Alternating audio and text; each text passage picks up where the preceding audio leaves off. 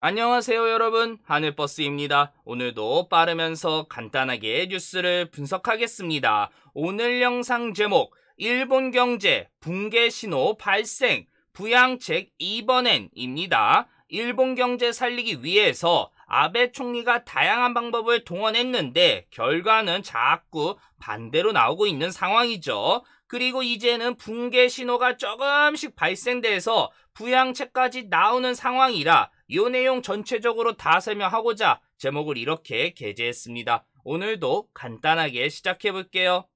일본 경제, 세계 경제의 3위 규모로 지금도 엄청난 영향을 끼치고 있어요. 저는 나쁜 영향 위주로 많이 말씀을 드렸습니다. 일본 경제를 살리기 위해서 사용했던 방법들이 일본 경제는 물론이고 세계 경제에 나쁘게 자꾸 영향을 주는 그 부분 말이에요. 아베노믹스 이야기를 하는 겁니다. 일본은 아베노믹스를 시작하면서부터 초대박 민폐 국가가 되어버렸으니까요. 아베노믹스를 통해서 일본 경제 좋아지기는 해요. 일본 경제를 상징하는 니케이 지수가 과거부터 높은 수치를 기록한 이 장면부터 일본 내수 고용 현황, 언론을 통해서 완전 고용은 아니지만 계속 좋아지고 있습니다. 일자리는 이렇게 많은데 구할 사람이 없습니다 라는 거 한 번쯤은 들어보셨으니까요. 물론 고령화 휴유증과 같이 이 시너지 효과가 발생돼서 이렇게 된 건데, 기본적으로 아베노믹스, 돈을 많이 풀어서 일본 경제를 어떻게 해서인지 부양을 하긴 했습니다. 하지만 다들 아시겠죠? 아베노믹스 단점이 무엇인지 말이에요. 아베노믹스, 돈을 찍어내는 행동이잖아요. 일본 정부가 부채를 만들어내고 그 부채, 대규모로 일본 중앙은행인 일본은행이 구매하는, 유동성 엄청나게 뿌리는 이 공급 정책 말이에요. 그러니 단점 또한 뭐겠습니까?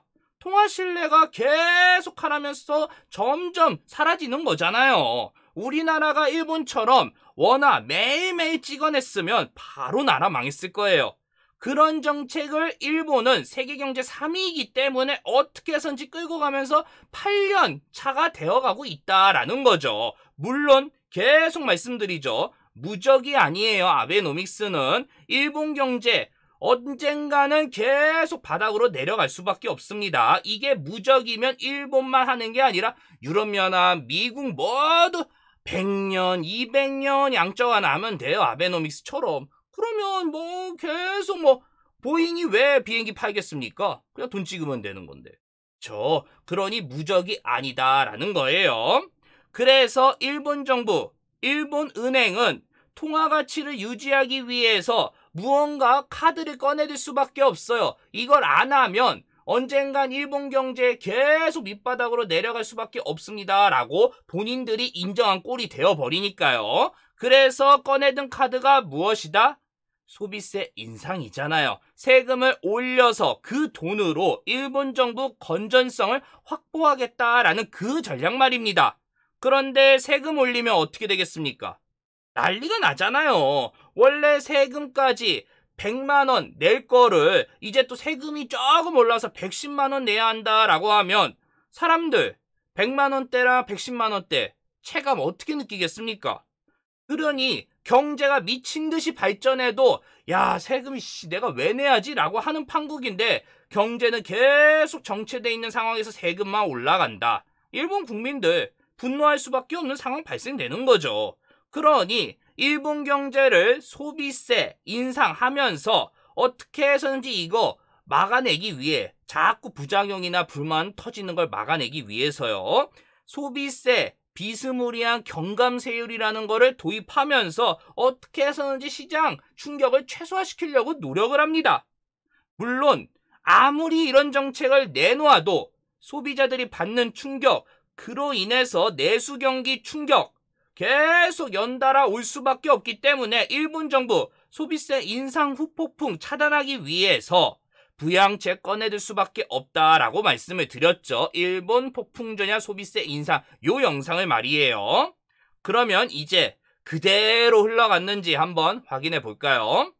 상식적으로 세금이 10월 달에 올라가겠습니다 라고 하면 일본 국민들 어떻게 반응하겠어요?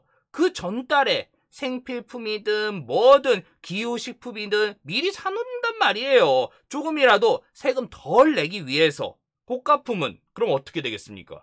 당연히 미친 듯이 미리 최대한 무리를 하는 한이 있어도 산단 말이에요. 어차피 나중에 살 거면 지금 사자라고 말입니다. 그래서 이런 그래프가 나오는 거예요. 일본 소배 판매 추이. 10월 달은 마이너스 7.1% 기록을 하는데 9월 전달은 9.2%. 요 그래프 말입니다. 사람들 바보 아니에요.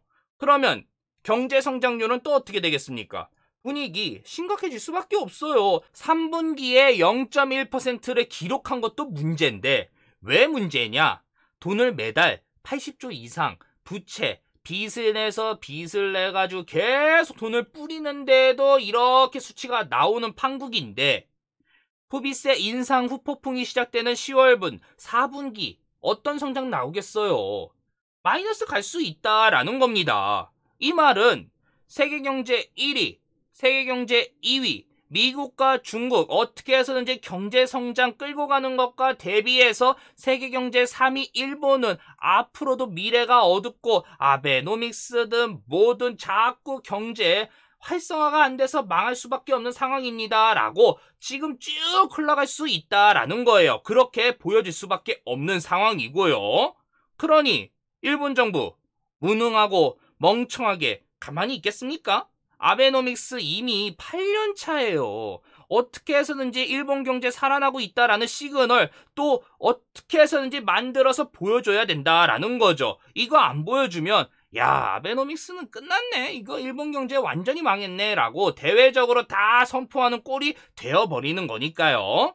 그래서 일본 아베 총리 경기 부양책을 또 꺼내 들었습니다. 경제를 살리겠다라는 목적이 주 목적이겠지만 언론에서 조금 이야기가 나오는 벚꽃 스캔들을 어떻게 해서든지 돌파하겠다라는 목적도 지금 들어간 상황이죠. 284조 어디에 어떻게 쓰이냐? 세 가지로 이렇게 나눠집니다. 첫 번째, 재해복구. 지난번 일본이 태풍 피해나 기타 등등 발생되었던 부분에 약 76조 5천억 원의 돈을 투입하겠다라는 거죠.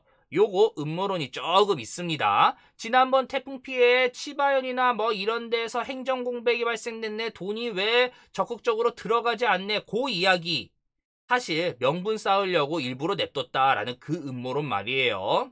근데 음모론은 어디까지나 음모론이기 때문에 한 귀로 듣고 한 귀로 흘리시면 될 것 같습니다. 그리고 경기 침체 대응 두 번째, 이거는 아까 말씀드렸던 소비세 인상 후폭풍을 막기 위해서 약 79조 8천억 원을 투입하겠다라는 거죠. 그리고 미래 먹거리를 만들기 위해서 미래에 투자하는 그 돈 약 127조 9천억 원 투입을 하겠다라고 하고 있습니다. 한마디로 어마어마한 돈이 또 한 번 준비가 되고 있는 거예요. 일본 1년 예산이 1000조예요. 그런데 부양책이 3분의 1 나왔으니까 야, 이거 작정하고 준비했네 라고 해석할 수 있는 거죠. 기사 조금 읽어보고 바로 핵심 내용으로 넘어가겠습니다. 아베 신조 일본 정부가 초대형 재정 부양책을 또 한 번 가동했다. 그리고 그걸 왜 가동했냐? 그 이유 밑에 언론이 이렇게 만들어놨습니다. 최근 돌아가는 경제 상황이 심상치 않아서다라고 하는 거죠. 한마디로 소비세가 이제 충격파가 뒤에 오니까 미리 돈을 쌓아놓고 그 다음에 이렇게 투입을 하겠습니다라는 걸로 우리가 해석하면 되는 거예요. 그리고 오늘 이야기의 가장 중요한 부분은 요 뒤에 있습니다. 일본은행이 아베 정부의 이번 재정부양 패키지의 희소식을 느끼고 있다라고 합니다.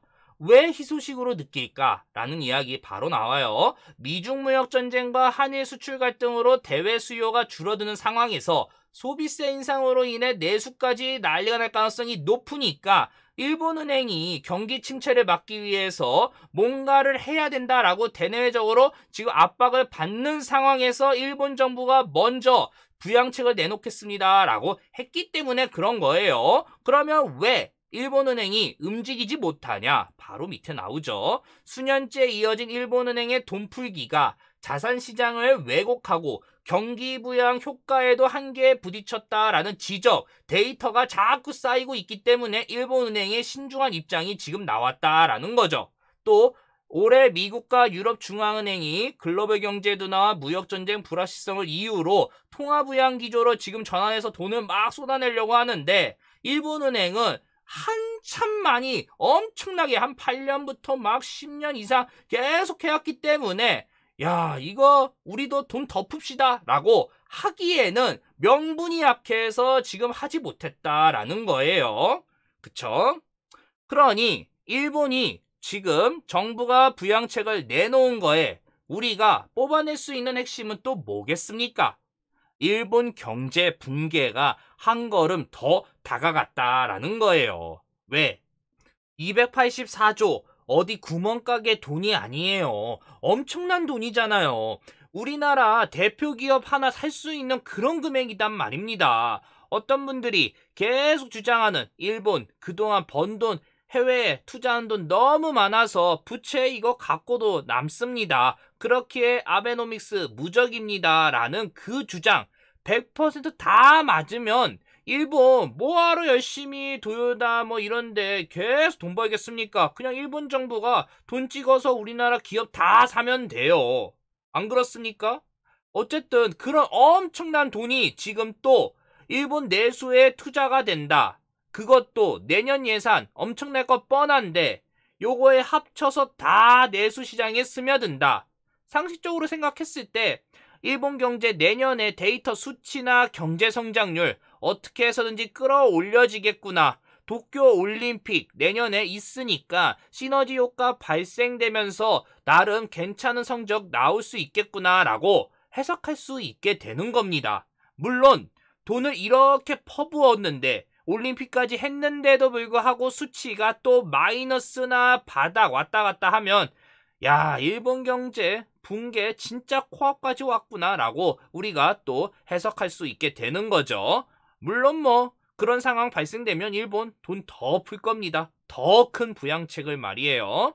그리고 우리가 한 가지 더 확인할 수 있는 건 일본은 빚 중독이 되어버렸다라는 거죠. 이미 부채 또 부채 발행하면서 대내외적으로 일본 경제 조금 불안한 거 아니냐라는 그 이야기에 일본이 너네들이 내 지갑, 내 체력 걱정돼서 내가 소비세 조금 올려가지고 건강한 상태로 그나마 경제 돌려놓을 테니까 괜찮아 라고 한 상황에서 소비세 인상을 올려놓은 상황에서 또 한 번 부채를 발행한 상황이니 우리가 어떻게 해석을 해야겠습니까?